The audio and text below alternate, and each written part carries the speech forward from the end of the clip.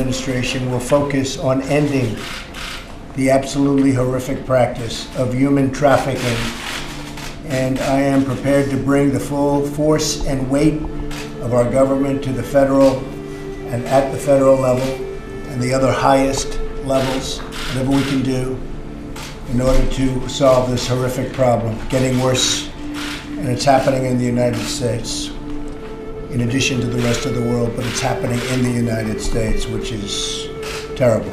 After President Trump was sworn in, we started to see an uptick in human trafficking arrests within days of becoming president. For example, on January 29th, authorities announced that 474 were arrested in a statewide California human trafficking operation and 28 sexually exploited children were rescued.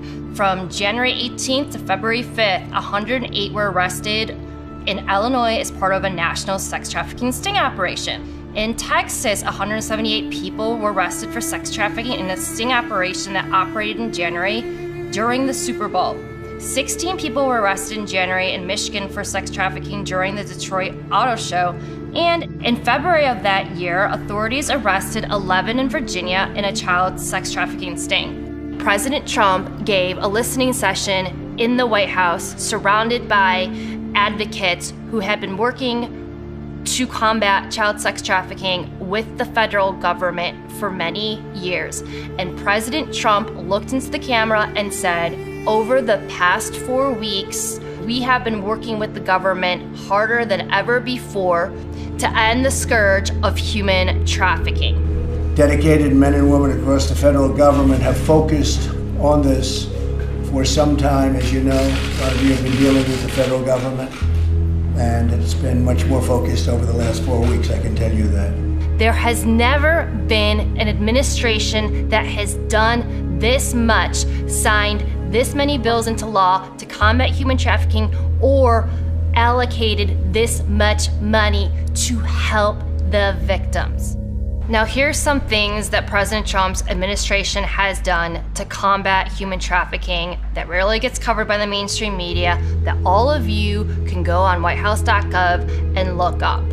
President Trump has signed 9 bills into law addressing human trafficking. President Trump has awarded over $35 million in grants that goes to victims of human trafficking. Now, President Trump issued an executive order in 2017 that seized the assets of people involved in human rights abuses, and has also passed executive orders that would seize money from abusers and allocate that money to the victims. The mainstream media has not been fair to Jeff Sessions at all. What they failed to report is that it was his Department of Justice that was behind many of the sting operations to combat child sex trafficking, and he made it very clear in many speeches that ending human trafficking was an absolute priority for his Department of Justice.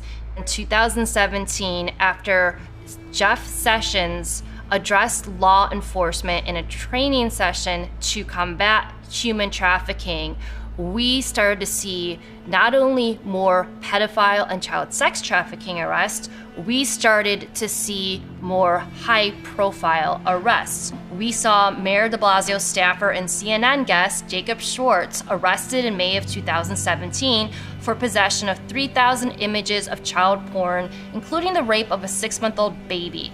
We saw former Oklahoma State Senator Ralph Shorty charged with sex trafficking and the production of child porn.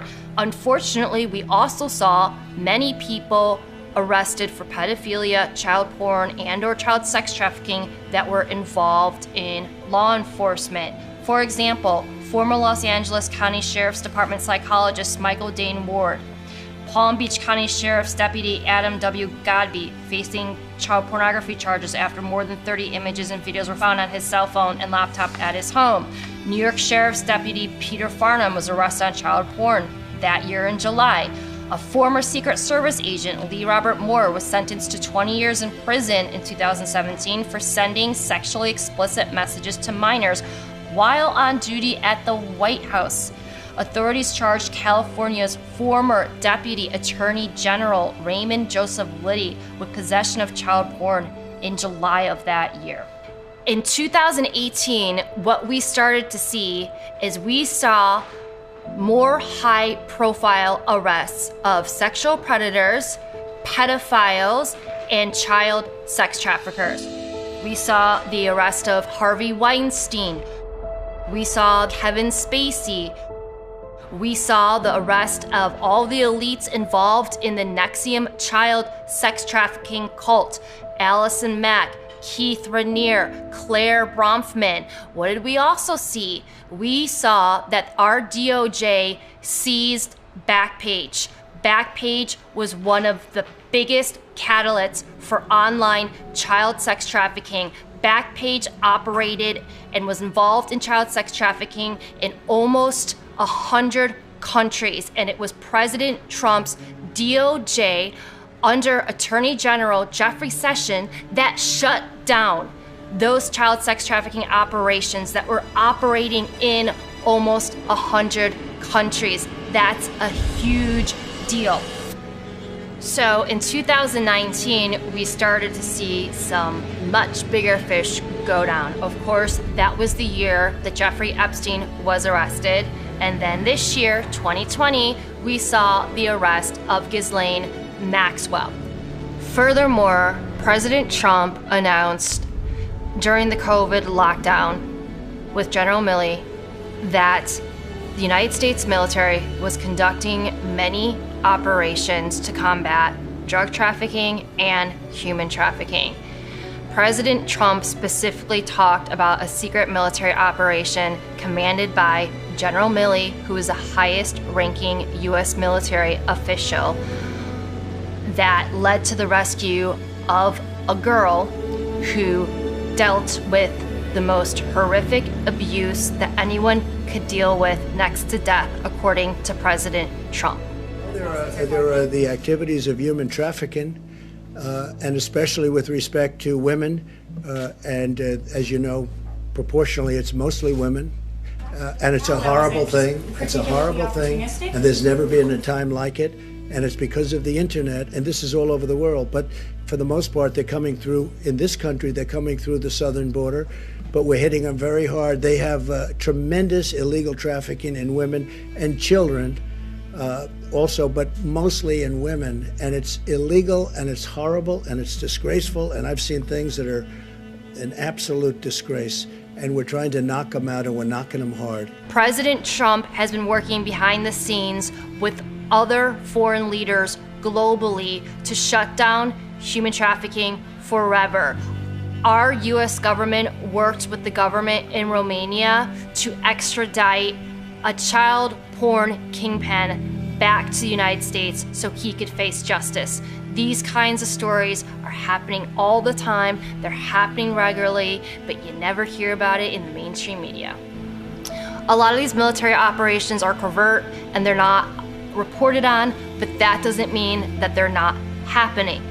What else happened this year? We had mass arrests of members of the CJNG cartel, hundreds and hundreds of members arrested, and we had dozens of MS-13 members arrested, some of them arrested for drug trafficking, some of them arrested for human trafficking. But I can't emphasize enough that human and drug trafficking go hand in hand. And the MS-13 members and the CJNG cartel members are usually operatives for much bigger fish.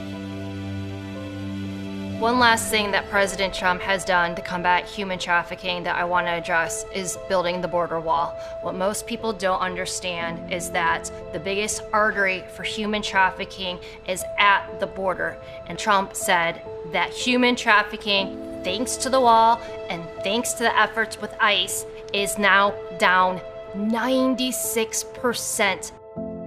Ask yourself, why is it that all these pedophiles, from the lower hanging fruit to the bigger fish, were allowed to be untouched for years and years and years until President Trump was sworn in as president?